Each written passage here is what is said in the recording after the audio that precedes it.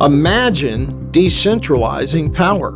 Imagine if you had a way that you could power your home. Imagine clean water. Imagine being able to power a hospital. Imagine being able to power a sewer treatment plant. We will grow to be the largest clean energy company on the earth. That is incredible. George, thank you so much for joining us today. I appreciate it. Oh, it's my pleasure to be here. Thank you, Christian. Awesome. Well, I'm excited to dive in here to your story because it's definitely one of the most unique stories that I've known from my past, dealing with different people around the world. And so I'd love to just have you start out by telling our audience out there who you are. What is the George Wentz story?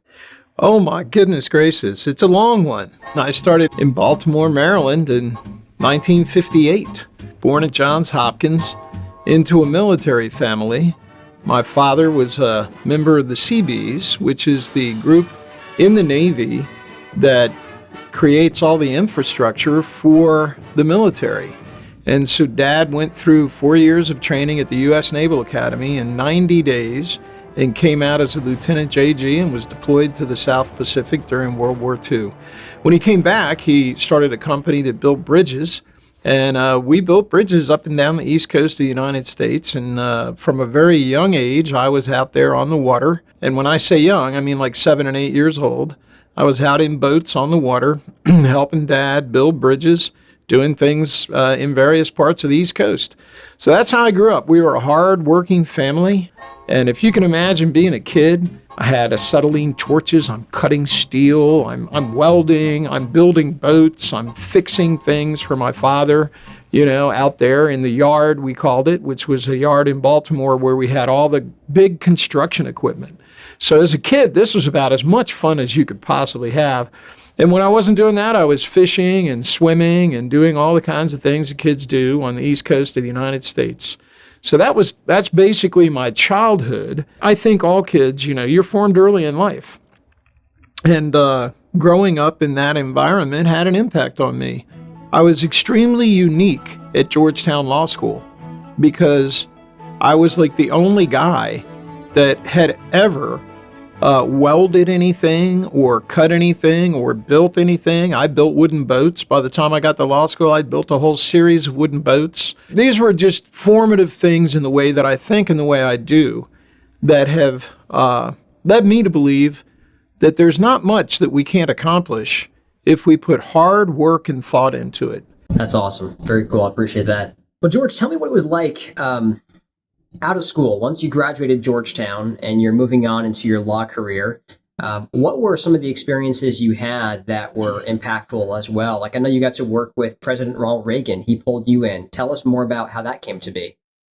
Well, that was interesting. I had a professor at Georgetown that I had written a paper for. That was the Carter administration, Jimmy Carter. And Jimmy Carter had done some things that, as a young man, I felt were expanding the scope and reach of the federal government beyond its intended scope and reach. And so I had written some things about that at Georgetown. It's interesting, at Georgetown, I was one of two conservatives. The other guy was named Joe Plunkett, who is a dear friend of mine and still is, and he's an attorney in New York City. But we were the conservatives, and everyone else was liberal. And so I had a professor that kind of liked this one article I had written, and then I was off. I'd graduated. I'd gone to work in New Orleans. I was trying cases for insurance companies like Lloyd's of London on various seagoing things, maritime issues. And that professor had been pulled in, Professor Schwartz, had been pulled into as an advisor to the Reagan administration. This was the second term of Reagan's presidency. And he reached out to me and said, George, we're setting up an office to take on some thorny issues, and I would like you to come and be part of it. And so I did. I was honored to, and Reagan appointed me to the Office of Policy Development of the Federal Trade Commission. And it was an incredible experience because I saw government, the federal government, how it works firsthand. And I saw all of the competing interests and generally why in the world of government very little ever gets done.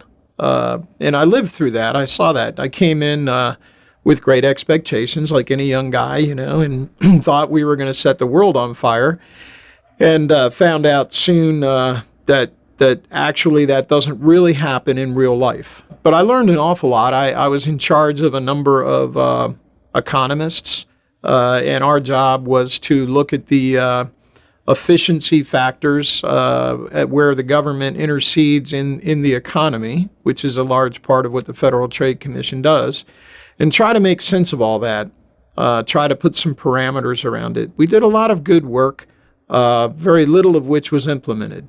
And that has also informed my my entire sort of the arc of my career. Because prior to that, I might have felt that government was a good answer for a number of things. And where I sit today is that the more I look at it, and the older I get, and the more I look at the course of history of the United States, particularly the last 40 years or so, the more I really feel that the less we can try to have government responsible for something, probably the better off we are. And much of MAD is informed by that opinion, that we really don't want top-down edicts coming from government to solve problems. We really should let innovative people be responsible for how we do things and have it come up from the people. Most innovation really comes from just people being presented with a problem and trying to figure out how to solve it.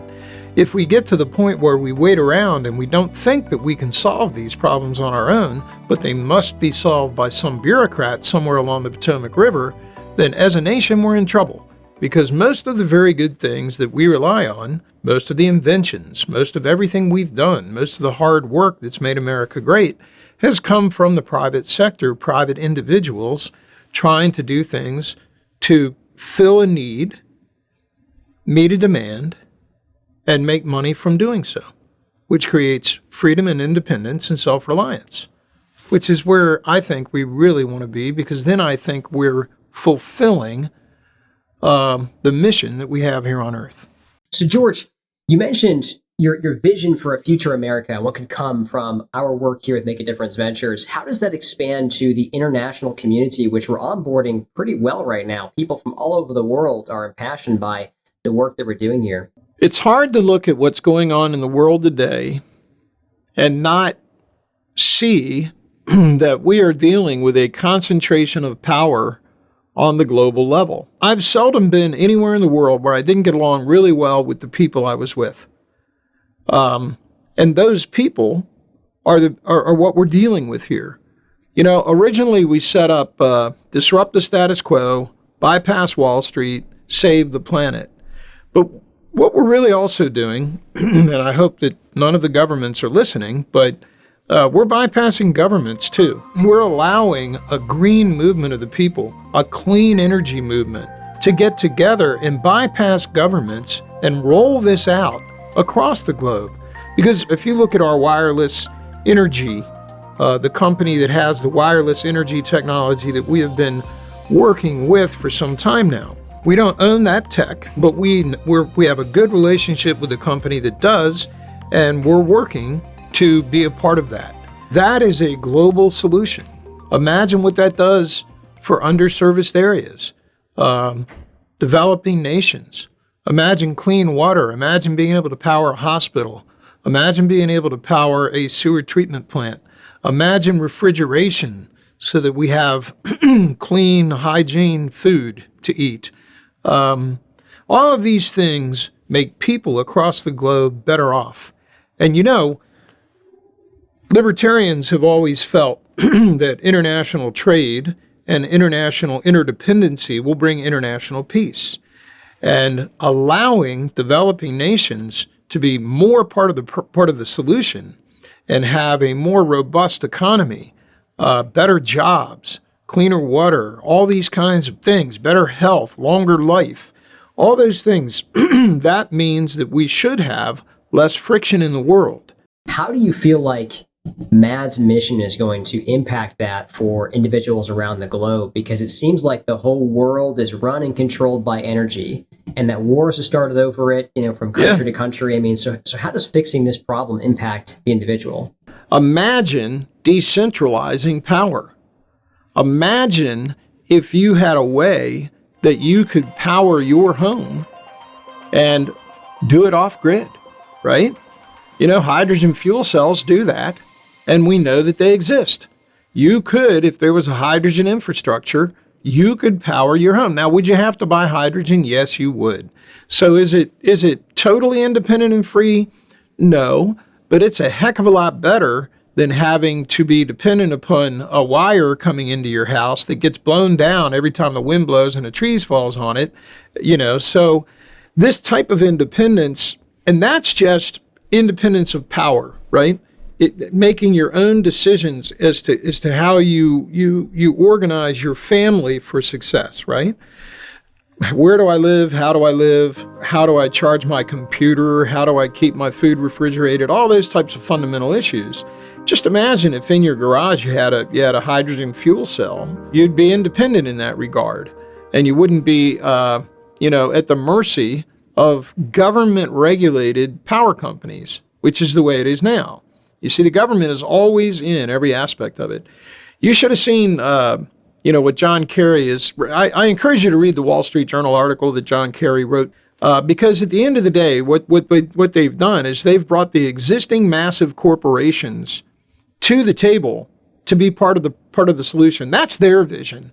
Oh, let's make the wealthy wealthier, right? That is not a good vision. I can't, when I was a kid, the Democrats never wanted to make the wealthy wealthier. All of a sudden now, John Kerry and the Biden administration and the team, I know they think they're doing their best and they're good people. Don't get me wrong. I'm not maligning them. But the solutions that they tend to glom onto are, well, let's take Amazon and let's take Elon Musk. Let's take existing massive corporations and have them solve the problem. Well, that just totally eliminates innovation. And it eliminates competition, and it centralizes power. And if there's one thing that's dangerous, it's centralized power. And what we have during the course of my lifetime is we have centralized government power and we have centralized economic power. And we are being shafted, the little guys, okay? This is not good. We need to push back against that. MAD is a mechanism, a vehicle. When you join the MAD community, you become part of pushing back on that massive concentration of government power and economic power through massive global corporations. That gives us more freedom.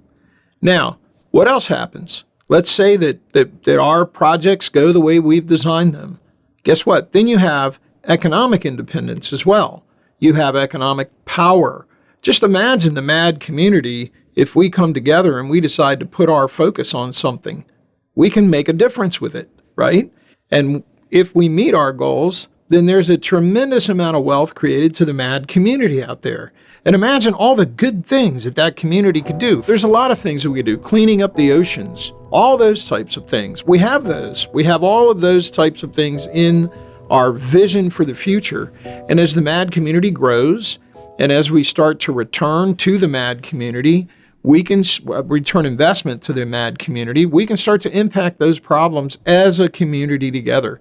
And I love that vision. That is a international vision of good. I feel like, George, in so many ways, the cryptocurrency movement and community globally has played a key role in paving the way for what Make a Difference is doing and trying to do in the energy and even the data space as well, too, with the internet. Can you comment on that? Do you feel like cryptocurrency has had a large impact on what we're doing here? Absolutely. In fact, watching the ICOs in 2017, 16, 17, during that period when the ICOs were first starting, it was funny. It was the Kardashian family and ICOs. I went, wow, the virtual world is incredible. I mean, the Kardashians can become billionaires by just going online and talking. I'm like, wow, you know? Imagine if we went online and we offered a solution to really pressing world problems. If the Kardashians can talk about cute stuff and look good on their, I certainly do admit that they look better than me, but, we're solving problems and they're making you laugh or whatever they're doing. So I'm thinking that we have a chance here to reach out to the public and offer them a vehicle to do some really cool, really good things. And watching the reaction to the Kardashian family, I'm thinking, hey, if, instead of spending it on Bentleys, we spend it on, clean things that give developing nations clean water. The people that are in the crypto community are early adopters of tech. Well, what does MAD want to do? MAD is rolling out really creative techs in the energy field. So there's an overlap there. We need to find people with vision. We need to find people with that are willing to look at new things and say, you know what, I want to get involved. And the crypto community is that way. And if we didn't have blockchain and if blockchain hadn't come along, then I wouldn't have been able to execute the vision that I had for MAD. So that's been a key part of it as well. So there's more than one way that the overlap with the crypto community has allowed MAD to do what it's doing. Awesome. What do you see as your grand vision, George? If everything goes beautifully, where is MAD going to be in the next, let's say, 5 years, both internally and externally? Well, MAD will, assuming that we can execute on the contracts that we have for our partnership with this next generation of data centers, as we provide the clean, low-carbon energy for those data centers, we will grow to be the largest clean energy company on the earth. And that opportunity is right here, right now. We already have the contracts. We already have the first project underway. And as we execute on that, and we have a heck of a team. We have people on our team stood up the entire LNG infrastructure for the country of Qatar. That's a multi-billion-dollar project. Those are the kind of people that we have. So as we turn our attention to even cleaner, natural gas is clean. It's the cleanest fossil fuel there is. So that does a tremendous amount of good, what we've done already. We've done that in Norway. We've done that in other countries. We've done that around the globe. So our team is very sophisticated and capable. And as we turn our attention to providing the tremendous energy needs of these very large, next generation, very efficient data centers, that allows us to execute and allows us to roll out a lot of technology under the roof of that one project. It's a wonderful playground for us because they've come to us and said, look, we have a need that we don't know how to fill. And we went, well, let us think about it. And then we made a plan, and then we shared that with them, and they bid it out to other companies as well, but we had the best plan. And they took our plan, and we won it, and now we are working so closely with them, and they're wonderful people. They're just tremendous folks, and they want to be part of the solution as well. And so, you have to be efficient in your use of energy, which is they're focused on, but you also have to be providing clean energy at the end. So there's the start of the energy, and then there's the use of the energy. You've got to get both of those together to make the best use of it and to do the most good. They're allowing us to innovate. They're allowing us to deploy our innovations, and this is a tremendous partner to have to work with. They have a need, we're filling their need, but we're also able to innovate as we fill their need, and we're able to roll out and have a pre-existing market for new tech. A lot of tech doesn't make it to market because there's not a market for it. There's not an existing market. There's not an existing customer. You create this new invention, then you got to go and explain it to everybody. You got to market it. You got to get a sales team, all those things. A lot of tech never makes it because of that commercialization.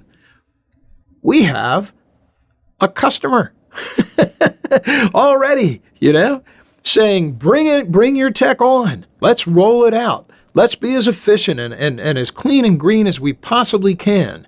Well, that's an existing customer. So that reduces the risk of what we're doing tremendously.